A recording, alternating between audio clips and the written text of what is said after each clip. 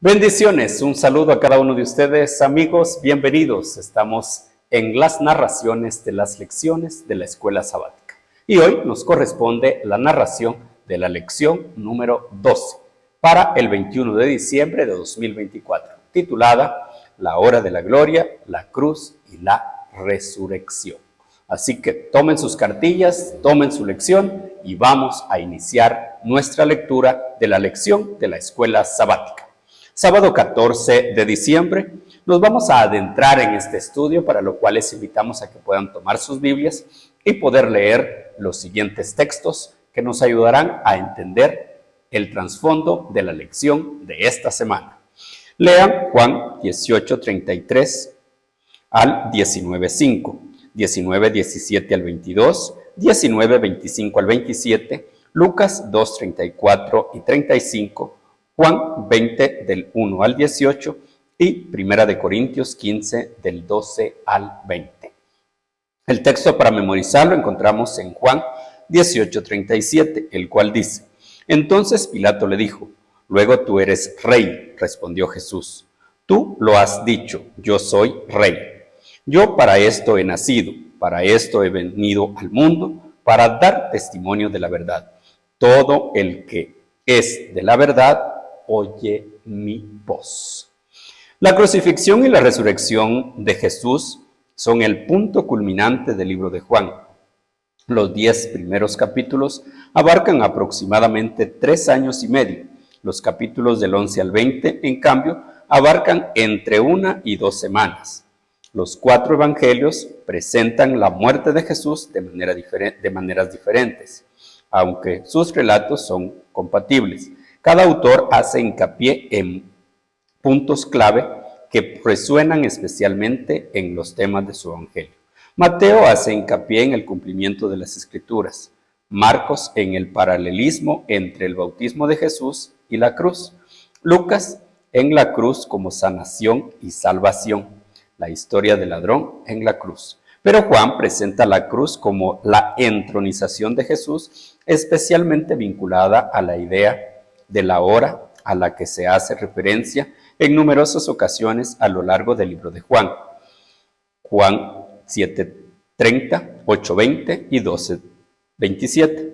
Esta idea de entronizar es una imagen paradójica, ya que la crucifixión era la más ignominiosa y vergonzosa de morir que utilizaban los romanos.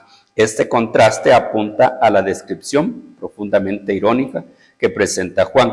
Jesús muere de una manera vergonzosa, pero esa muerte es al mismo tiempo su gloriosa entronización como Salvador.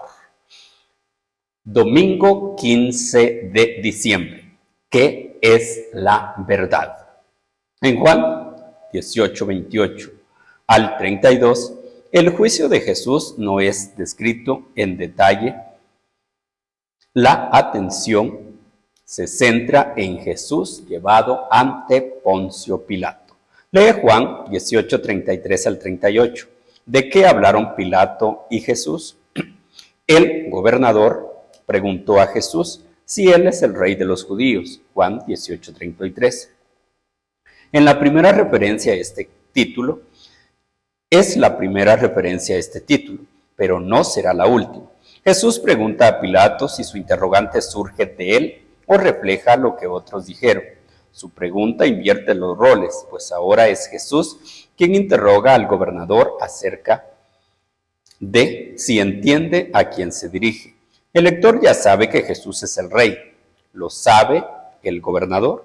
Pilato responde implícitamente con su propia pregunta. ¿Acaso soy yo judío? Tu gente y los principales sacerdotes te han entregado a mí. ¿Qué has hecho? Juan 18:35. Se trataba de una evasiva motivada por la irritación que le producía la pregunta de Jesús. Fue el primer paso del gobernador en alejarse de la verdad al dejar que los prejuicios nublaran su percepción. Jesús responde que su reino no es de este mundo. Juan 18:36. Pilato deduce entonces perspicazmente que Jesús sí afirma que él es rey, Juan 18:37. Esto conduce a la importante explicación de Jesús de que nació para dar testimonio de la verdad y que toda persona que es de verdad oye su voz. Pilato pregunta entonces, ¿qué cosa es la verdad? Juan 18:38. Pero no espera la respuesta. En lugar de eso, sale para intentar salvar a Jesús de la multitud. ¿Verdad que es un tema distinto del Evangelio de Juan? Como verbo eterno, logos, Juan 1, del 1 al 5, Jesús es la luz y la verdad. Todo esto contrasta con la oscuridad y el error. Él está lleno de gracia y de verdad. Juan 1:14. La gracia y la verdad vinieron a través de él. Juan 1:17. Juan el Bautista dio testimonio de la verdad. Juan 5:33. Jesús afirmó que su Padre es veraz. Juan 7:28. Jesús mismo escuchó la verdad de su Padre. Juan 8:40. Jesús es el camino, la verdad y la vida. Juan 14:6. La palabra de Dios es verdad. Juan 17:17. A pesar de su pregunta, Pilato perdió la oportunidad de conocer la verdad a causa de sus prejuicios, sus decisiones previas y las presiones que se ejercían sobre él. ¿Cómo entiendes la idea de Jesús como la verdad? Continuamos ahora con el día lunes 16 de diciembre. He aquí al hombre. Lee Juan 18:38 al 19:5. ¿Cómo intentó Pilato persuadir al pueblo para que pidiera la libertad de Jesús? Pilato no esperó una respuesta de Jesús acerca de la verdad. En lugar de eso, volvió a salir para tratar de persuadir a la gente. Al dialogar con ellos, en lugar de simplemente dejar libre a Jesús, Pilato se colocó en desventaja. Los líderes religiosos reconocieron que podían manipular al gobernador a través de la multitud. Pilato hace referencia a la costumbre de dejar libre a un preso en la época de la Pascua y pregunta si el pueblo quiere que libere al rey de los judíos. Sorprendentemente y de forma bastante irónica, el pueblo pide la liberación de un delincuente llamado Barrabás, en lugar del inocente Jesús.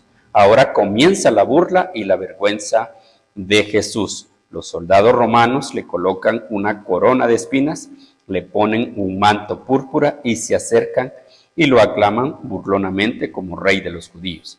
Este tipo de saludo por parte de los soldados era similar a la forma en que saludaban al emperador, pero aquí se hizo en tono de burla.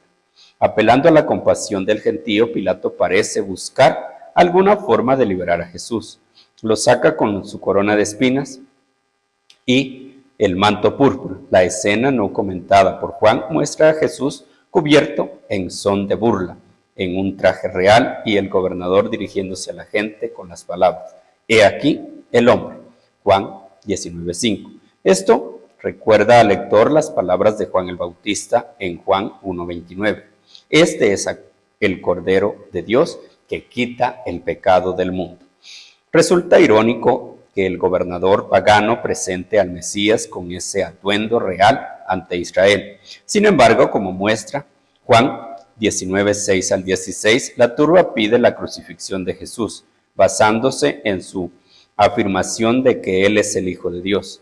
Esto asusta a Pilato, que se esfuerza aún más por conseguir la liberación de Jesús. Pero los líderes sellan su destino, afirmando que liberarlo es oponerse al César. Saben que la lealtad de Pilato al César significaría que no podía liberar a alguien que reclamara el mismo papel del emperador. Los dirigentes dicen que no tienen más rey que el César.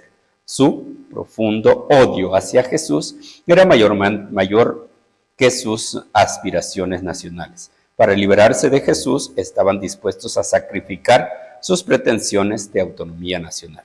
¡Qué espanto! Un gobernante pagano quiere liberar a Jesús, mientras que los líderes espirituales de la nación, que deberían haberlo reconocido como el Mesías, querían crucificarlo. ¿Qué lecciones podemos aprender de esto? Continuamos ahora con el día martes 17 de diciembre. Consumado está.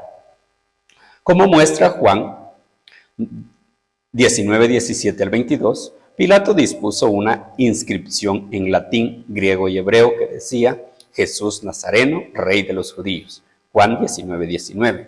Los líderes religiosos querían que fuera modificada. Pilato se negó y la inscripción permaneció como testigo mudo de la verdad acerca de Jesús y como uno de los indicadores de que Jesús está entronizado en la cruz como rey.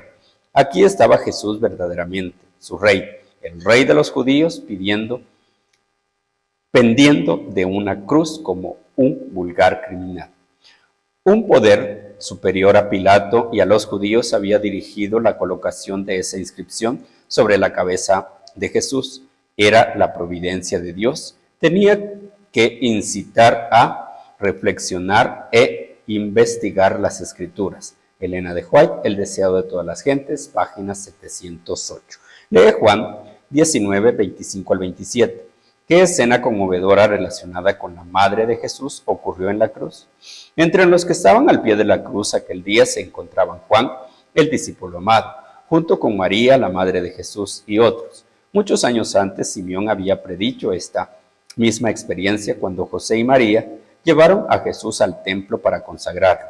Comparar con Lucas 2, 34 y 35. Ahora, en sus últimos momentos, Jesús habla a su madre: mujer, ahí tienes a tu hijo. Y a Juan le dice: ahí tienes a tu madre. Juan 19, 26 y 27. Lee Juan 19, 28 al 30. ¿Qué significado tienen las últimas palabras de Jesús? Consumado es. El verbo griego teleo, terminar, completar, llevar a cabo. En el versículo 28 todo quedaba terminado. Es el mismo que se utiliza en el versículo 30, consumado está. Además que la palabra relacionada con este verbo, teleio, terminar, hacer, perfecto, también aparece en el versículo 28 con referencia al cumplimiento de las Escrituras. En cumplimiento de las Escrituras, por horrible que fuera la escena, todo va cumpliéndose, realizándose, completándose. Cuando Jesús dice consumado está, se encuentra completamente cumpliendo la obra que el Padre le encomendó. Consumado está. ¿Qué significa eso para cada uno de nosotros? ¿Qué fue lo que concluyó y cómo se aplica para nuestras vidas? Continuamos y llegamos al día miércoles 18 de diciembre.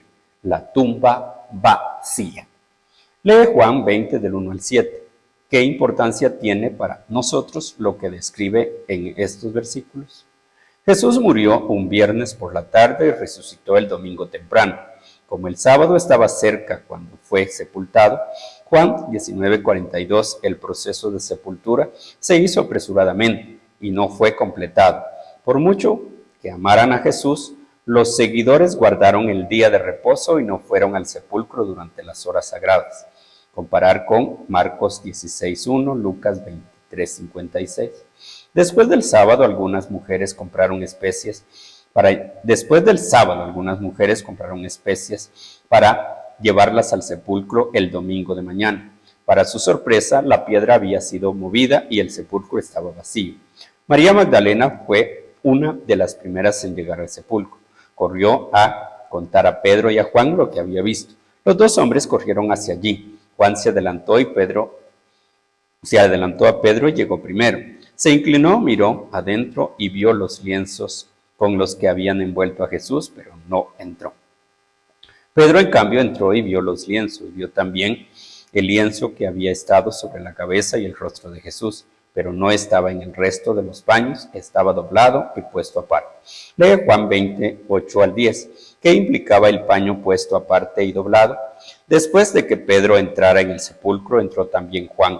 Juan 28:8 dice que entró, vio y creyó, porque el hecho de ver los lienzos de la tumba y el paño del rostro puesto en un lado y doblado hizo que Juan creyera que Jesús había resucitado. Para responder esta pregunta es necesario reflexionar en primer lugar acerca de por qué la tumba estaría vacía. La respuesta más común sería atribuir aquello a los ladrones de la tumba, pero esta explicación no es satisfactoria, al menos por tres razones. En primer lugar, Mateo dice que la tumba estaba custodiada, Mateo 27, 62 al 66, lo que hace improbable la opción del robo. Segundo, los ladrones de las tumbas suelen robar objetos de valor, no cuerpos en estado de descomposición. Tercero, los ladrones de tumbas tienen prisa y no doblan los lienzos de las tumbas. No es de extrañar, pues, que cuando Juan vio el paño doblado, creyera que Jesús había resucitado. Continuamos y llegamos al día miércoles 18 de diciembre, la tumba vacía. Lee Juan 20 del 1 al 7. ¿Qué importancia tiene para nosotros lo que describe en estos versículos? Jesús murió un viernes por la tarde y resucitó el domingo temprano. Como el sábado estaba cerca cuando fue sepultado, Juan 19:42, el proceso de sepultura se hizo apresuradamente y no fue completado. Por mucho que amaran a Jesús, los seguidores guardaron el día de reposo y no fueron al sepulcro durante las horas sagradas. Comparar con Marcos 16:1, Lucas 23:56. Después del sábado, algunas mujeres compraron especies para llevarlas al sepulcro el domingo de mañana. Para su sorpresa, la piedra había sido movida y el sepulcro estaba vacío. María Magdalena fue una de las primeras en llegar al sepulcro. Corrió a contar a Pedro y a Juan lo que había visto. Los dos hombres corrieron hacia allí. Juan se adelantó a Pedro y llegó primero. Se inclinó, miró adentro y vio los lienzos con los que habían envuelto a Jesús, pero no entró. Pedro, en cambio, entró y vio los lienzos. Vio también el lienzo que había estado sobre la cabeza y el rostro de Jesús, pero no estaba en el resto de los paños, estaba doblado y puesto aparte. Lee Juan 28 al 10, que implicaba el paño puesto aparte y doblado. Después de que Pedro entrara en el sepulcro, entró también Juan.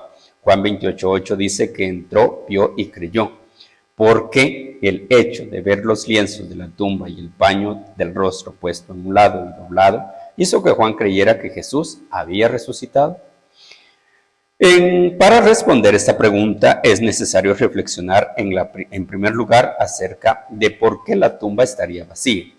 La respuesta más común sería atribuir aquello a los ladrones de la tumba, pero esta explicación no es satisfactoria, al menos por tres razones. En primer lugar, Mateo dice que la tumba estaba custodiada, Mateo 27, 62 al 66, lo que hace improbable la opción del robo. Segundo, los ladrones de las tumbas suelen robar objetos de valor, no cuerpos en estado de descomposición. Tercero, los ladrones de tumbas tienen prisa y no doblan los lienzos de las tumbas. No es de extrañar, pues, que cuando Juan vio el paño doblado, creyera que Jesús había resucitado. Continuamos con el día jueves 19 de diciembre, Jesús y María.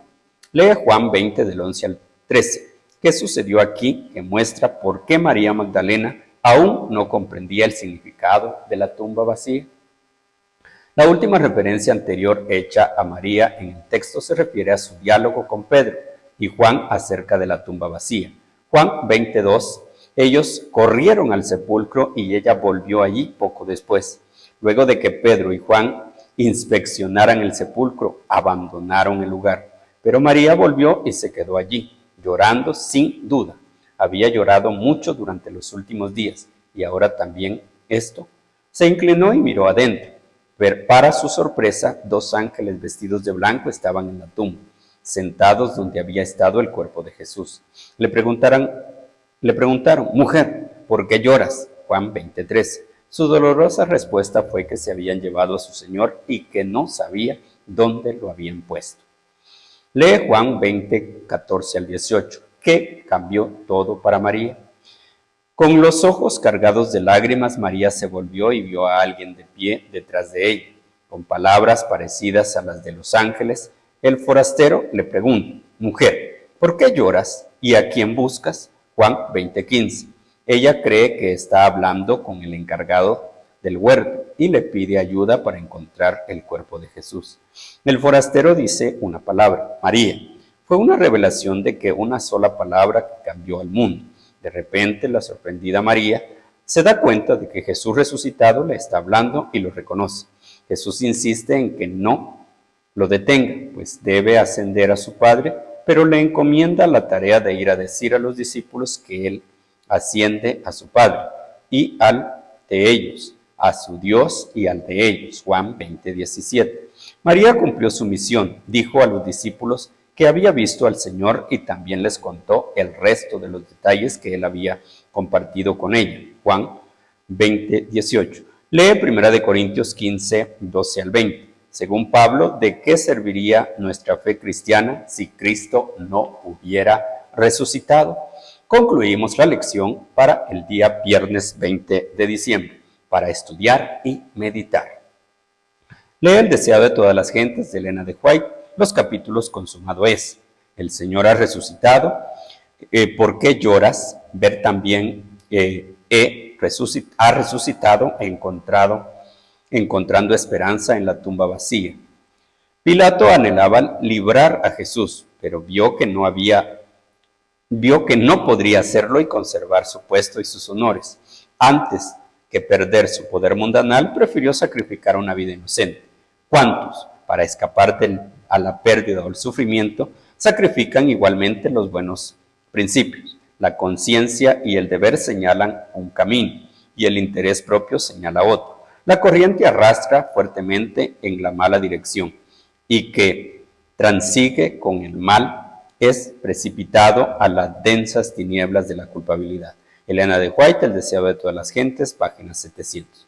Cristo no entregó su vida hasta que hubo cumplido la obra que vino a hacer, y con los últimos alientos exclamó: consumado es. Juan 19:30. La batalla había sido ganada. Su mano derecha y su brazo santo le habrían conquistado la victoria. Como conquistador, plantó su estandarte en las alturas eternas. ¡Qué gozo hubo entre los ángeles! Todo el cielo se asoció al triunfo del Salvador. Satanás fue derrotado y sabía que había perdido su reino.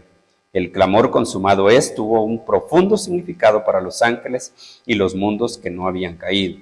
La gran obra de la redención se realizó tanto para ellos como para nosotros. Ellos comparten con nosotros los frutos de la victoria de Cristo. Elena de White, El deseado de todas las gentes, página 719.